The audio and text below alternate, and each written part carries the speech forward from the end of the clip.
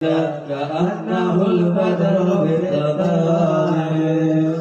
الله على محمد صلى الله عليه وسلم. صلى الله على محمد صلى الله عليه وسلم.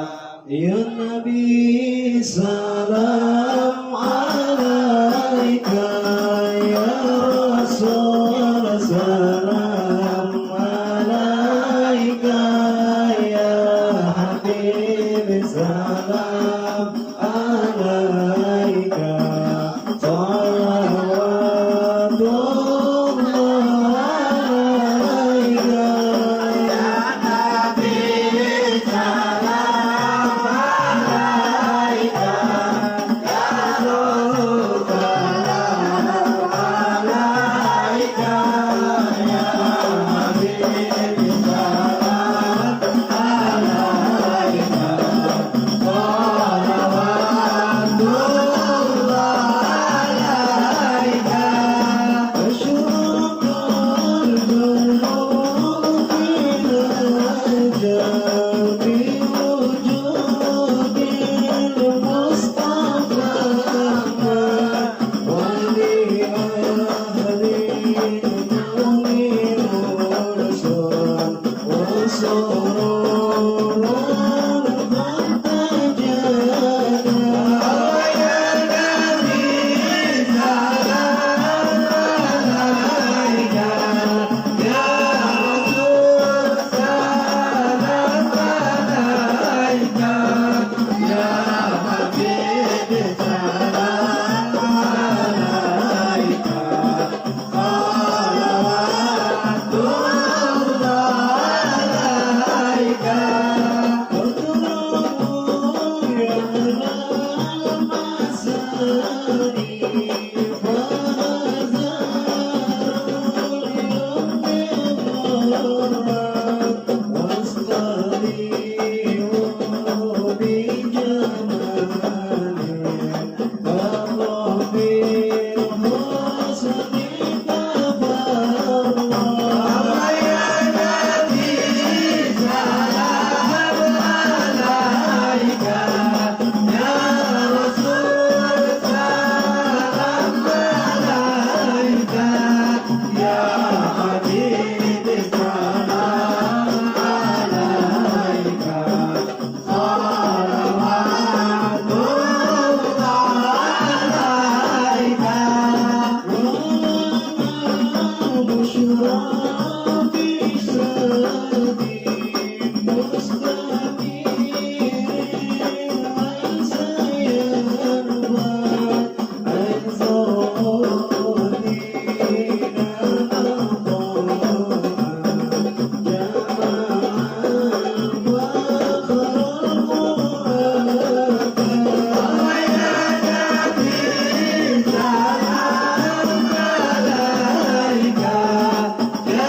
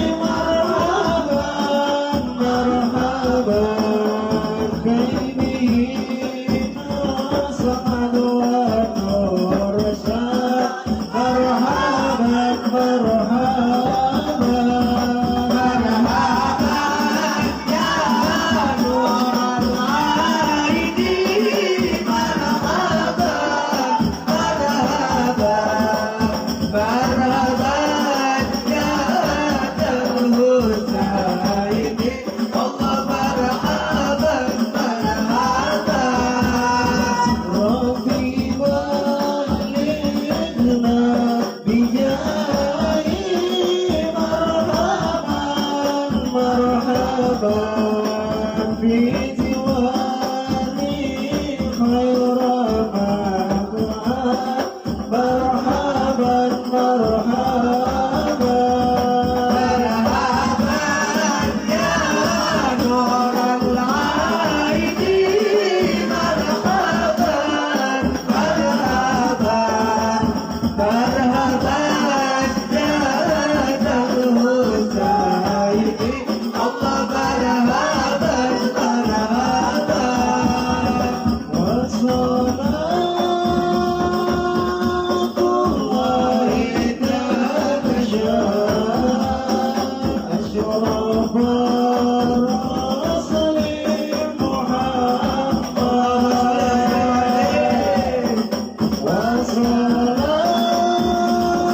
وصلاة الله تغشى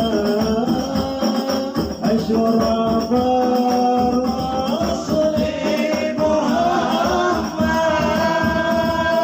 صلى الله على محمد مرحبا صلى الله عليه وسلم مرحبا صلى الله على محمد مرحبا يا رب صل عليه وسلم مرحبا ربي فاغفر لي ذنوبي يا الله ببركة هدي محمد يا الله ربي فاغفر لي ذنوبي يا الله ببركة هدي محمد يا الله وسلام مستمر يا الله كل حين يتجدد يا الله ربي فاغفر لي ذنوبي يا الله ببركة هدي محمد يا الله صلى الله على محمد صلى الله عليه وسلم صلى الله على محمد يا ربي صل وسلم صلى الله على محمد صلى الله عليه وسلم صلى الله على محمد يا ربي صل عليه وسلم اللهم صل وسلم وبارك عليه وعلى آله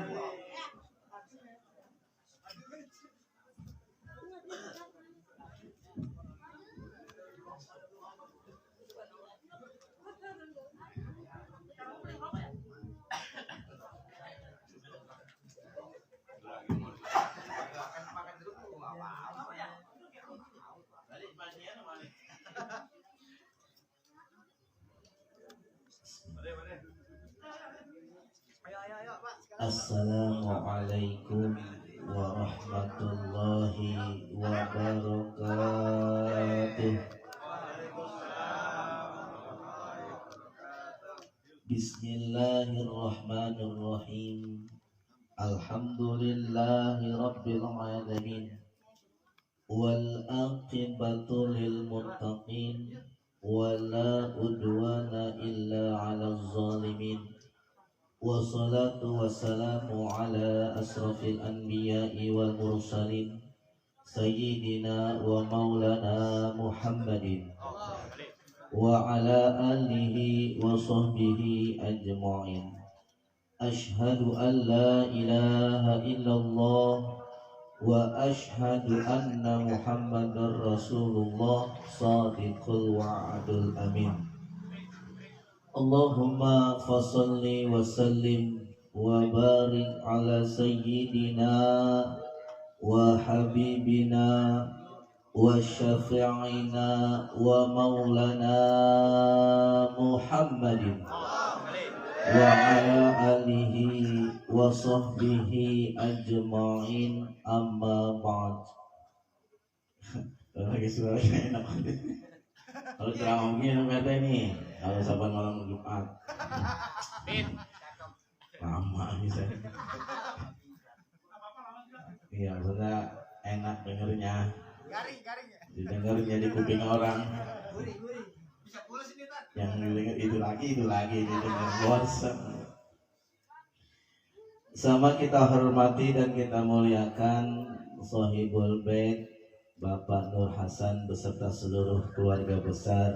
Kita doakan beliau selalu dalam sehat walafiat, berkah di dalam ridha Allah Subhanahu wa taala. Sama kita hormati dan kita banggakan Ketua Lingkungan RT 03 RW 02 Bapak Abdul Somad beserta seluruh jajarannya, para orang tua, para asatiz, para alimil ulama, para haji, para sepuh, khusus orang tua kita Bapak Joko, kemudian hadir Bapak Pade Jumiran dan Bang Jonai, dan juga hadir guru kita Bapak Ustadz Ayang Bahtiar, Bapak Ustadz Nadis selaku Ketua DKM Mushola Al-Taubah.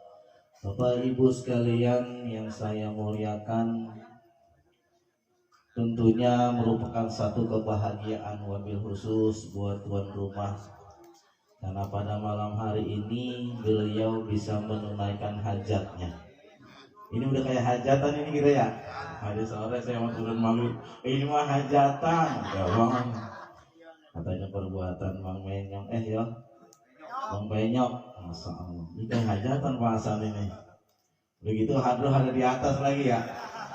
Kalau zaman dulu kayak perkutut kita kerek di atas gitu, manggung di atas.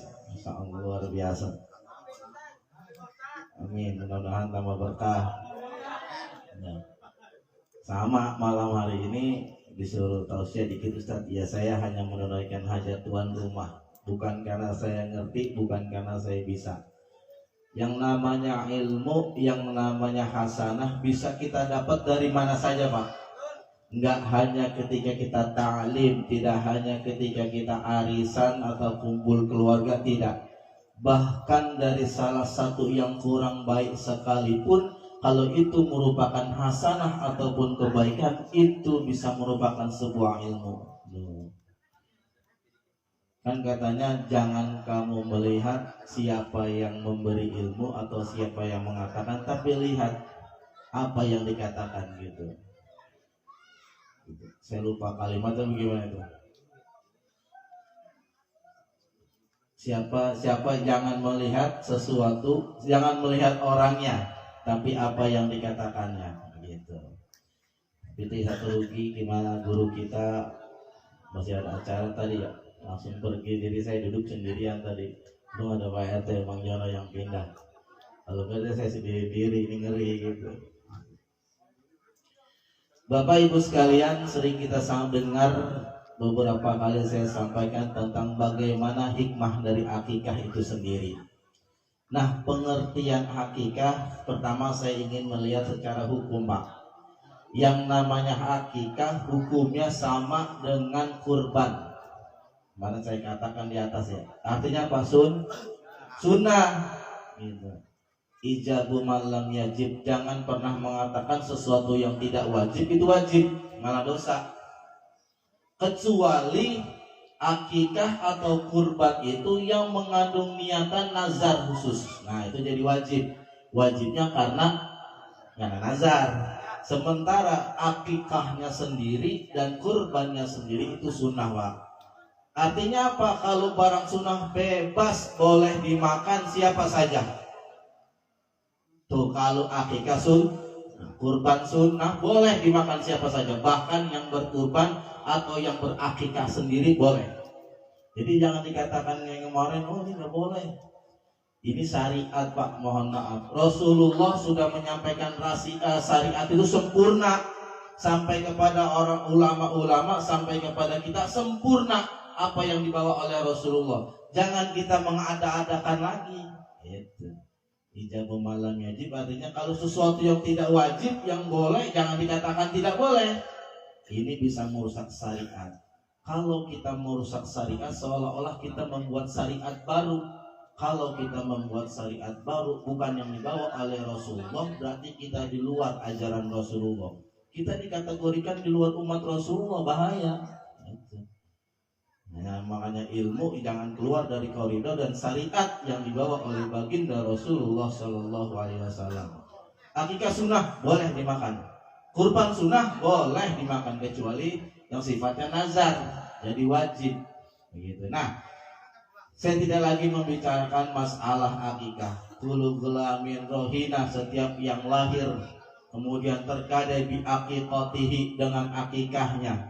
Setiap yang lahir tergadai dengan akikah. Pemahaman kita bukan berarti Allah ngutangin, bukan berarti kita tergadai kepada Allah, bukan. Kita tergadai, kita terpenjara, kita terkekang oleh janjinya setan yang akan menggoda kita dari lahir sampai hari kiamat nanti. Itu tergoda oleh gangguan setan. Nah, dengan kita akikah, memotongkan kambing, seolah-olah kita menghilangkan, memutus. Akikah itu sendiri artinya memutus tali rangkaian setan agar jangan kita tergoda.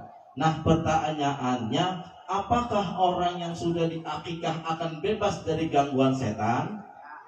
Tidak. Bisa jadi orang yang diakikahkan lebih dari sekedar 2 kambing bahkan samping sekalipun, kalau digoda setan tetap digoda. Itu. Cuman artinya kita berikhtiar, berusaha bagaimana kita melindungi anak kita. Makanya yang namanya akikah itu menjadi tanggung jawab orang tua. Dan bukan wajib, sekali lagi nih, tanggung jawab. Kalau orang tuanya mampu silahkan.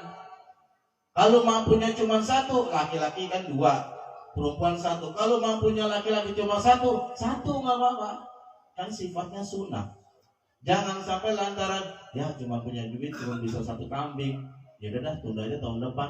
Akhirnya dia nggak melakukan ibadah, ya, nggak melakukan kesunahan. Daripada dia melupakan atau menunda-nunda kebaikan, laksanakan walaupun cuma 1. Oh harus 2 wajib, itu mah dalil pedagang. Ya, saya pedagang. Amin ya Bang Dedi ya. Ya 2 belinya, kalau belinya 1 mah. Ya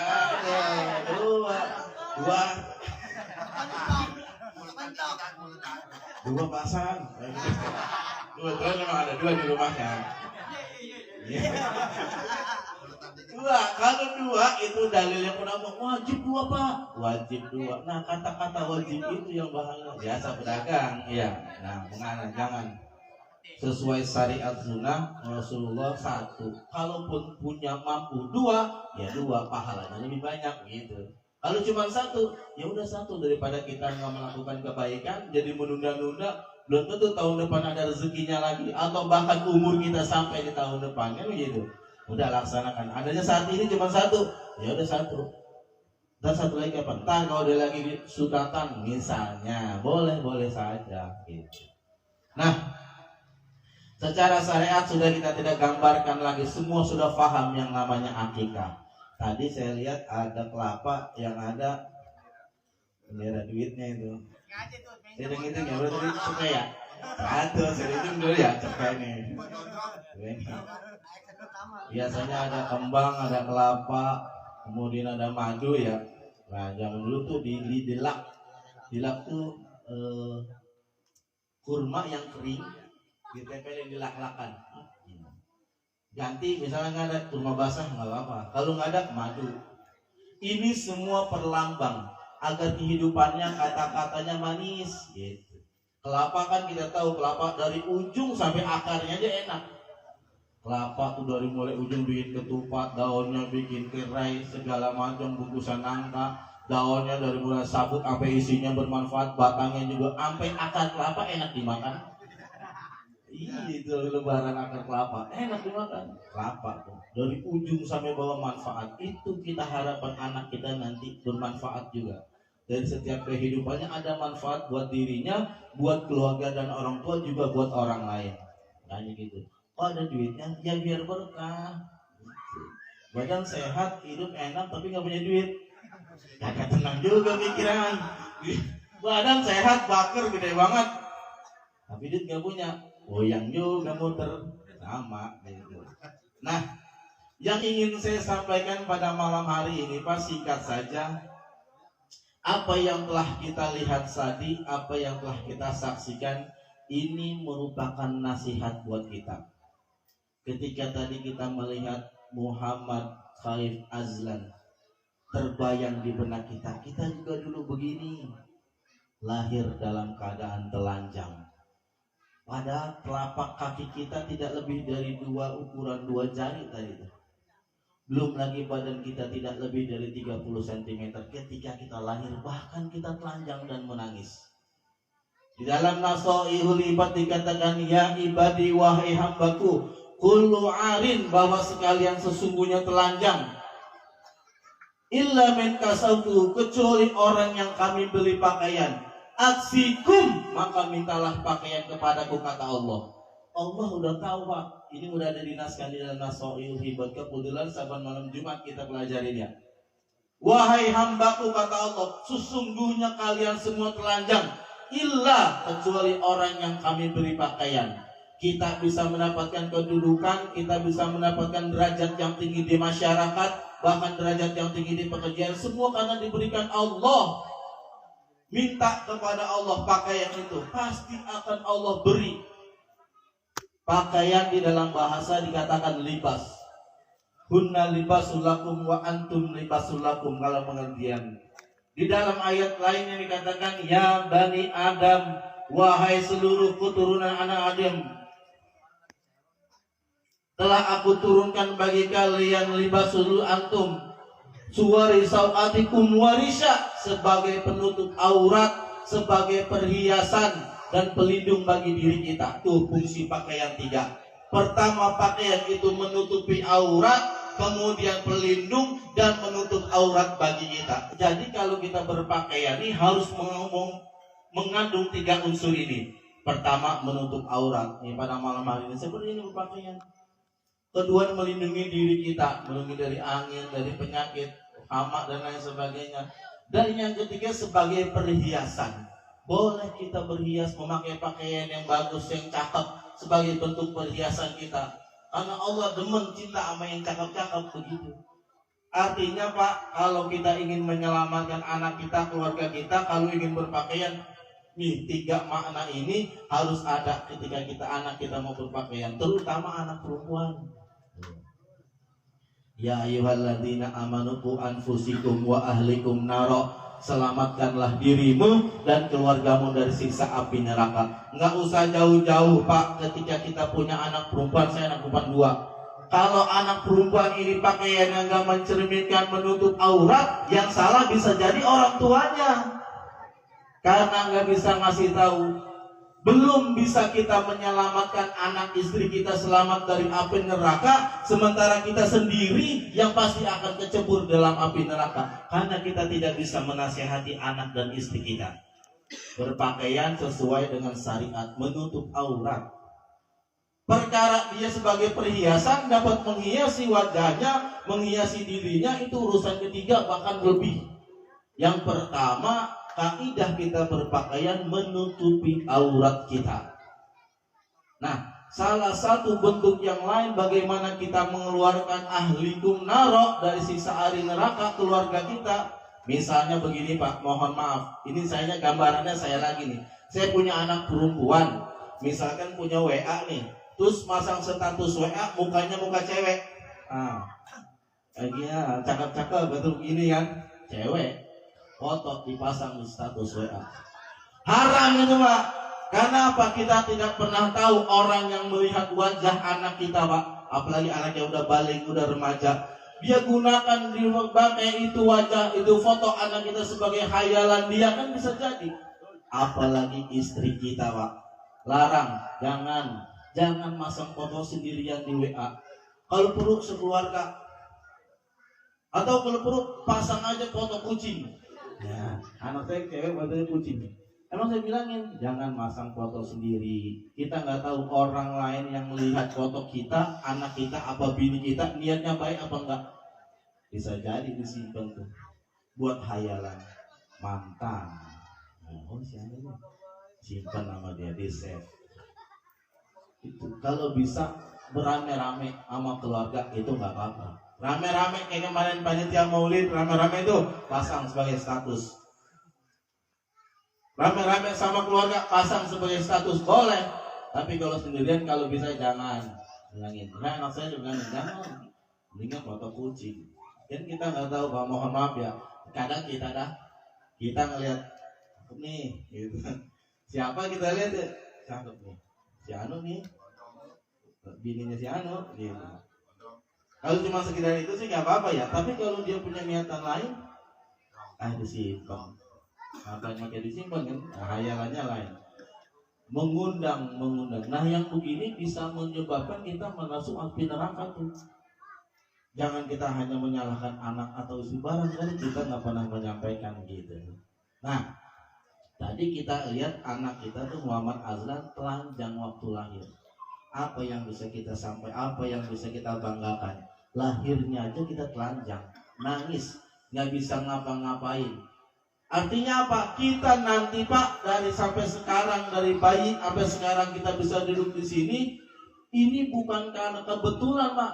Anak bayi kemudian bisa besar bukan karena dikasih kompresor di kompak, enggak. Dikasih makan, dikasih pendidikan, dikasih pelajaran oleh orang tua kita. Nah, jadinya duduk kita di malam hari ini juga sebagai bentuk syukur Pak Hasan kepada orang tuanya. Didoakan tadi kirimkan Fatihah buat orang tuanya. Karena menyadari bahwa kita nggak ada apa-apanya tanpa kedua orang tua kita. Kita bisa duduk di sini, apapun kita punya, apapun kita nikmati, itu semua tidak ada harganya dibanding setetes air susu emak kita, gitu katanya. Nah, kemudian kita juga menyadari bahwa kita juga akan menjadi bayi lagi, Pak. Lahir kita telanjang, tidak mampu apa-apa, segala macam kita dibantu, ditolong. Nanti kita tua juga akan jadi seperti itu. Di dalam surat Yasin itu, wa man nu'ammirhu nunakkishu fil khalq afala yaqilun. Dan apa-apa yang kami panjangkan umurnya, kata Allah, maka akan kami kembalikan dia kepada penciptaannya. Orang sekarang udah dewasa, masih kuat, masih gagah, umur 40 tahun, masih bisa ngapa-ngapain. Entar 60-70 tahun, kembali kayak bayi lagi, Pak. Udah nggak ngerti dibilangin apa-apa, minta ditolongin, dikit-dikit rewel, dikit-dikit bawel, kayak anak kecil. Afala yaqilun, apakah tidak pernah terpikirkan di dalam benak kita? Kita dulu bayi, kecil, besar, dewasa, tua, kembali seperti bayi lagi. Begitu siklus kehidupan kita, Pak. Nah, di dalam kita menghadapi kehidupan itu, kita butuh pakaian yang tadi dikatakan. Di dalam ayat tersebut lanjutannya, wa khairul libasu taqwa, dan sebaik-baik pakaian bagimu adalah pakaian takwa. Sebaik-baik pakaian bagi kita adalah takwa. Takut kita kepada Allah, takut kita melanggar perintah Allah, takut kita menjauh-jauh dari Allah, takut kita tidak mengerjakan perintah Allah. Itu takwa, Pak. Pengertiannya sederhana. Takwa itu di dalam Al-Baqarah dikatakan alladzina yu'minuna bil ghaib wa yuqimuna shalah wa mimma razaqnahum yunfiqun. 3. Pertama, orang yang takwa itu dia percaya kepada yang gaib. Nah, jangan salah-salah nih. Percaya sama setan, percaya sama jin, percaya sama uka-uka. Bukan, kita percaya adanya setan, adanya jin, adanya uka-uka, bukan kemudian untuk kita ikuti, Pak. Apa kaidahnya? Wa ma khalaqtul jinna wal insa illa liya'budun. Aku tidak menciptakan jin, manusia kecuali untuk ibadah. Artinya apa? Ketika kita memahami ada makhluk lain selain manusia, itu merupakan ciptaan Allah, semakin membuat kita dekat sama Allah, gitu. Kita yakin, percaya ada jin, ada setan, ada, tapi jangan kita ikutin. Adanya mereka apa? Untuk membuat kita tambah yakin bahwa mereka juga makhluknya Allah, tambah iman kita sama Allah. Begitu yang benar. Nah, salah satu ciri-ciri orang yang takwa itu percaya kepada yang gaib. Allah itu gaib, surga neraka itu gaib, pahala dan dosa itu gaib, bahkan kiamat sendiri itu gaib. Kita nggak pernah bisa lihat, Pak. Sesuatu yang tidak bisa lihat oleh mata itu disebut gaib. Sesuatu yang bisa nampak, yang bisa ketebak kita sebut ilmu. Nih ada ilmunya, bikin mic, kemudian bisa ada suaranya kencang, itu karena ilmu. Tapi sesuatu yang tidak nampak, tidak lihat, itu namanya gaib, Pak. Nah, sekarang tantangan kita karena kita hidup di dunia material, dunia yang kasar, kita kadang nggak percaya kepada sesuatu yang gaib, nggak percaya kepada surga dan neraka, tidak percaya kepada berkahnya Allah. Nah, sederhananya begitu. Ada sedekah, yakin sedekah berkah emang, tapi habis sedekah duitnya kurang, jadi berkurang duit 100.000, sedekah biar berkah, sedekah 50.000, kan ini tinggal 50.000. Nah dalam pikiran dia jadi habis 50.000. Tadinya tidak bisa beli rokok jadi enggak nih, bisa satu sesi jadi kagak nih. Gitu. Misalnya katanya berkah, malah kurang gitu. Belum lagi ya jadi kurang nih. Mana balasannya? Katanya kalau kita sedekah 1 dibalas 10. Ini enggak. Kok segini-gini juga? Karena kita meyakini yang namanya berkah itu bertambahnya nilai, bertambahnya jumlah. Bisa saja terjadi yang namanya berkah itu bertambah manfaat gitu. Kita pergi nyari duit dari pagi, dapat 100.000, kita usaha macul segala macam dapat 100.000. Terus lain hari kita pergi mancing misalnya, dapat 100.000 juga, sama-sama 100. Mungkin 100.000 yang hasil dari macul tadi itu lebih manfaat. Kita coba boleh mancing, belum sampai rumah habis. Tapi kalau yang dari macul kasih bini kita, oh beli beras, beli ini, besok dia anak sekolah masih ada nih bocah-bocah sekolah dari mana itu yang main cepet tuh gitu. Maksudnya secara kemanfaatan bisa lebih luas. Nah begitu. Karena zaman sekarang Pak, yang namanya kita ini karena kita hidup di dunia yang materi, yang kasar, apa-apa kita hitung dari materi. Yang terlihat berarti kita percaya, yang tidak terlihat kadang kita tidak percaya. Tuh, yang namanya iman, orang yang bertakwa kepada percaya kepada yang gaib. Masalah yang gaib tuh yang namanya otak minggir. Oh, ini masalah iman nih. Kalau masalah iman percaya yang gaib, yang namanya otak nggak bisa diakal-akalin. Minggir dulu. Iman, percaya kepada yang gaib. Setelah dia percaya kepada Allah, percaya kepada malaikat, percaya kepada surga dan neraka, apa selanjutnya yang dia kata dilakukan? Wa aqimus sholah, maka dia mendirikan sholat, Pak. Setelah dia percaya kepada Allah, percaya kepada yang gaib, jangan percaya kepada yang gaib cuma titik sampai situ, tapi harus dibarengi dengan akidah. Itu maksudnya. Kita percaya adanya setan, kita percaya adanya jin, kita percaya adanya upah. Iya kita percaya, tapi jangan titik, koma di situ. Wa aqimus sholat, artinya kita barengi dengan akidah kita. Kita percaya sama jin, kita percaya ada yang gaib untuk menambah keimanan kita kepada Allah Subhanahu wa taala. Itu yang benar. Wa mimma razaqnahum yunfiqun. Dan yang ketiga, ketika dia percaya kepada Allah kemudian dia sholat, dia membelanjakan harta yang sampai kepadanya di jalan Allah. Nih kayak gini nih. Alhamdulillah nih berkah. Oh, berkah lagi. Mana berkahnya?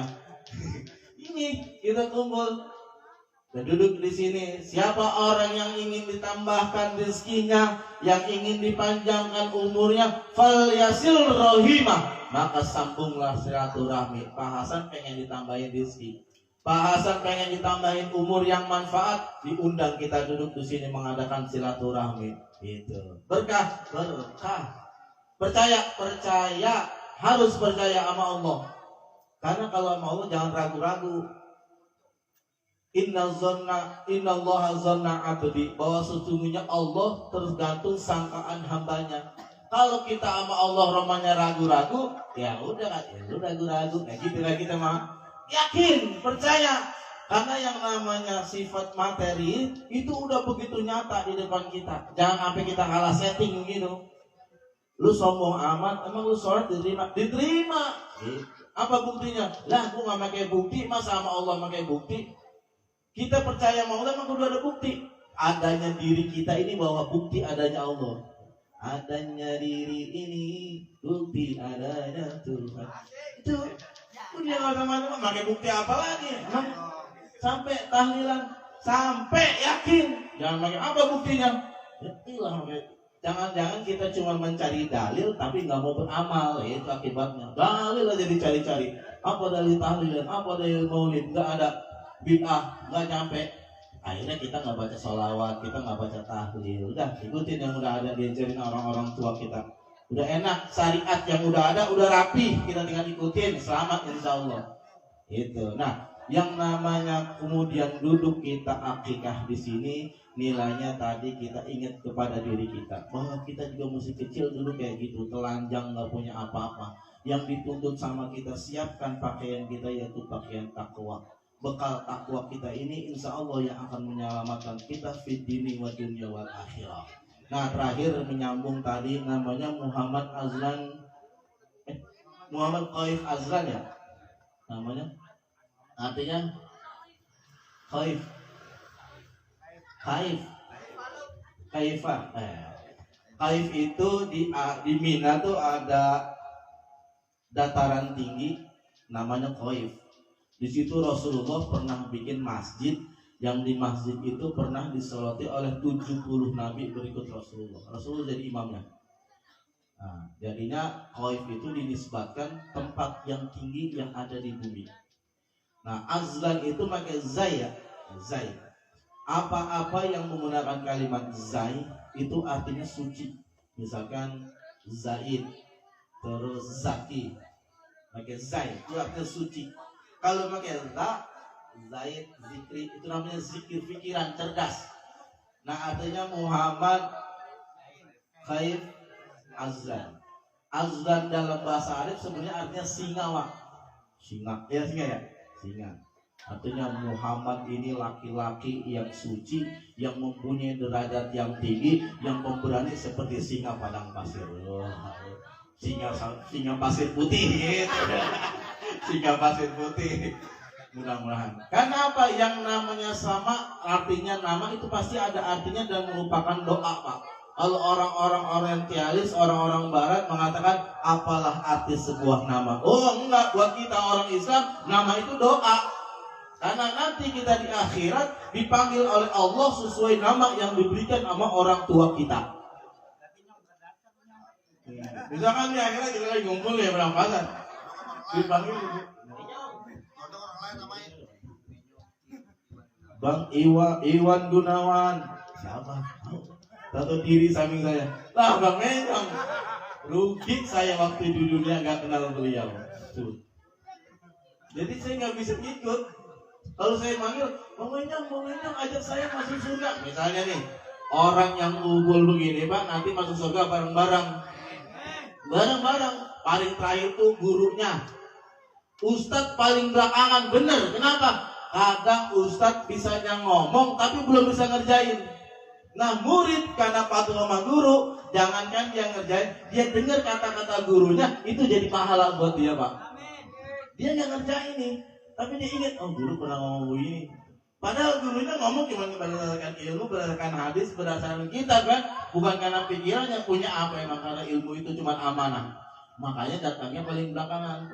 Wasiqal ladzina taqaw rabbahum ilal jannati zumara. Mereka dimasukkan ke dalam surga secara rombongan. Nih, rombongan jamaah akikah, rombongan jamaah RT 3 masuk dalam surga. Terakhir saya saking buru-buru, Bang Menyong, kagak kenal Bang Menyong, diam aja, malaikat gue diam aja. Oh, siapa yang teriakin sini? Ternyata Bang Menyong, rugi saya coba, saya dulu kenal namanya. Karena yang dipanggil di akhirat nanti oleh Allah nama yang diberikan oleh orang tua. Nah, nama itu sendiri asalnya ismun. Ismun dasar katanya sumuun, yang artinya itu langit, Pak.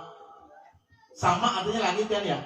Tapi artinya asal katanya dari sumuun, yang artinya sesuatu yang tinggi yang nggak bisa kita raih. Itu sumuun. Asal kata dari sama. Kalau dijadikan kata sifat jadi ismun. Artinya nama. Ma ismuka, siapa namamu? Asal katanya sumun, sesuatu yang tinggi yang nggak mungkin kita raih.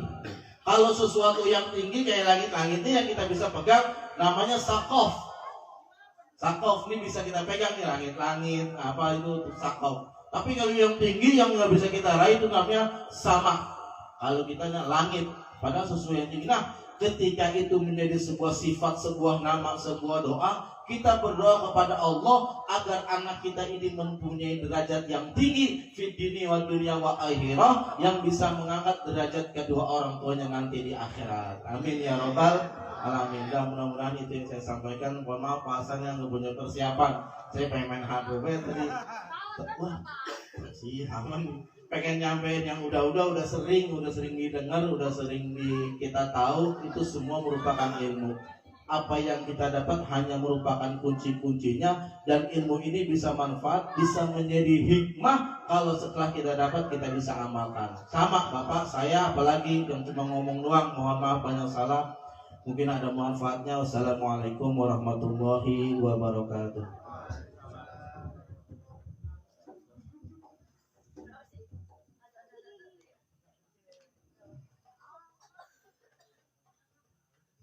Para jamaah sekalian, sebelum kita tutup dengan doa, marilah sama-sama kita baca satu buah Al-Fatihah lagi.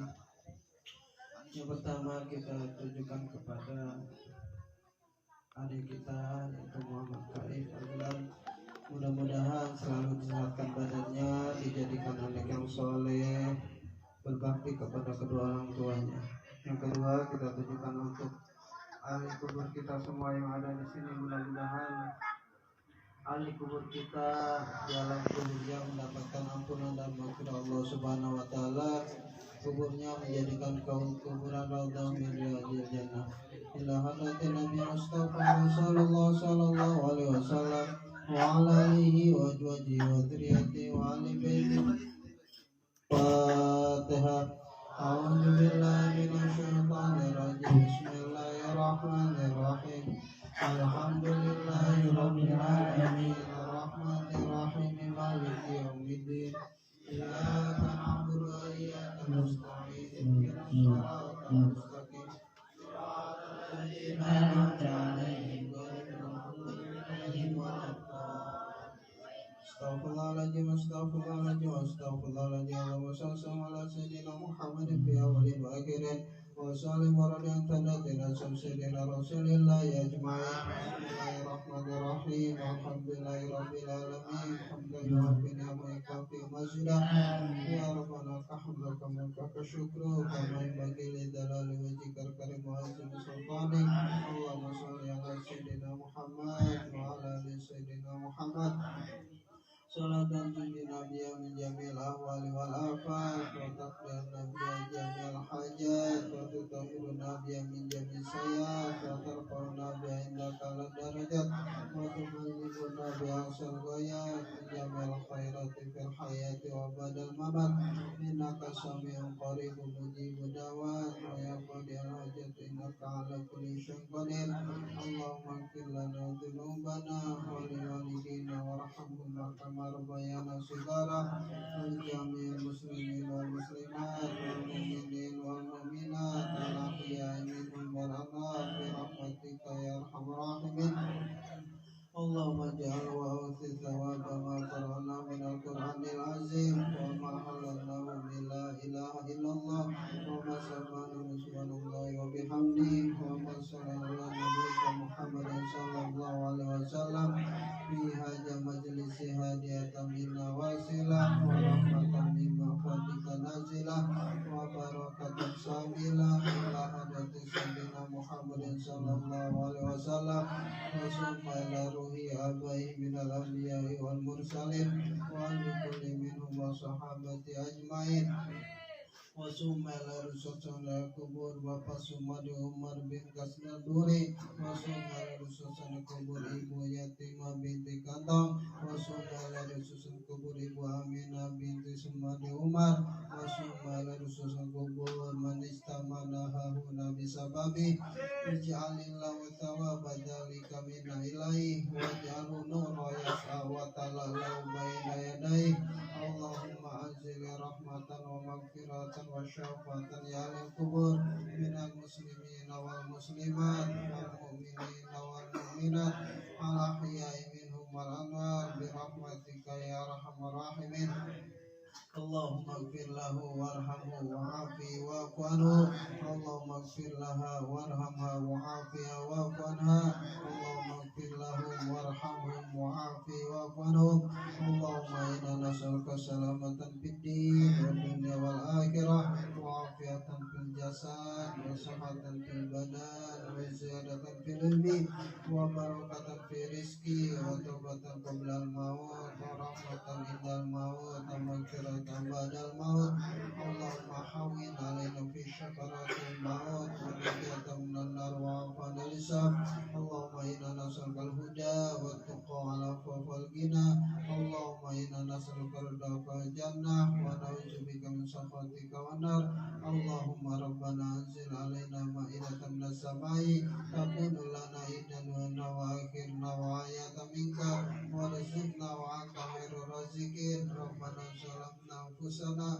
وإن لم تغفر لنا وترحمنا لنكن من الخاسرين ربنا هب لنا من أزواجنا وذرياتنا قرة أعين واجعل المتقين إماما ربنا آتنا من لدنك رحمة وهب لنا من أمرنا رشدا ربنا آتنا في الدنيا حسنة وفي الآخرة حسنة وقنا عذاب النار وادخلنا الجنة مع الأبرار يا عزيز يا غفار يا رب العالمين سبحانك رب العزة عما يصفون وسلام على المرسلين والحمد لله رب العالمين الفاتحة من الشيطان الرجيم بسم الله الرحمن الرحيم الحمد لله رب العالمين الرحمن الرحيم مالك يوم الدين إياك نعبد وإياك نستعين اهدنا الصراط المستقيم صراط الذين أنعمت عليهم غير المغضوب عليهم ولا اللهم بحق الفاتحة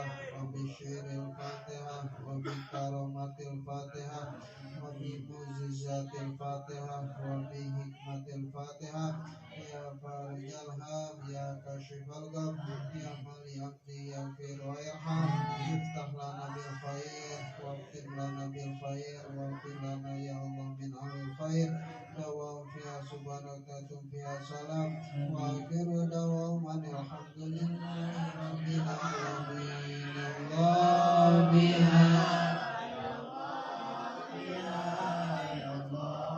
بحسن الخاتمة يا الله بها يا الله بها يا الله بحسن الخاتمة يا الله بها يا الله بها يا الله بحسن الخاتمة اللهم صل وسلم وبارك عليه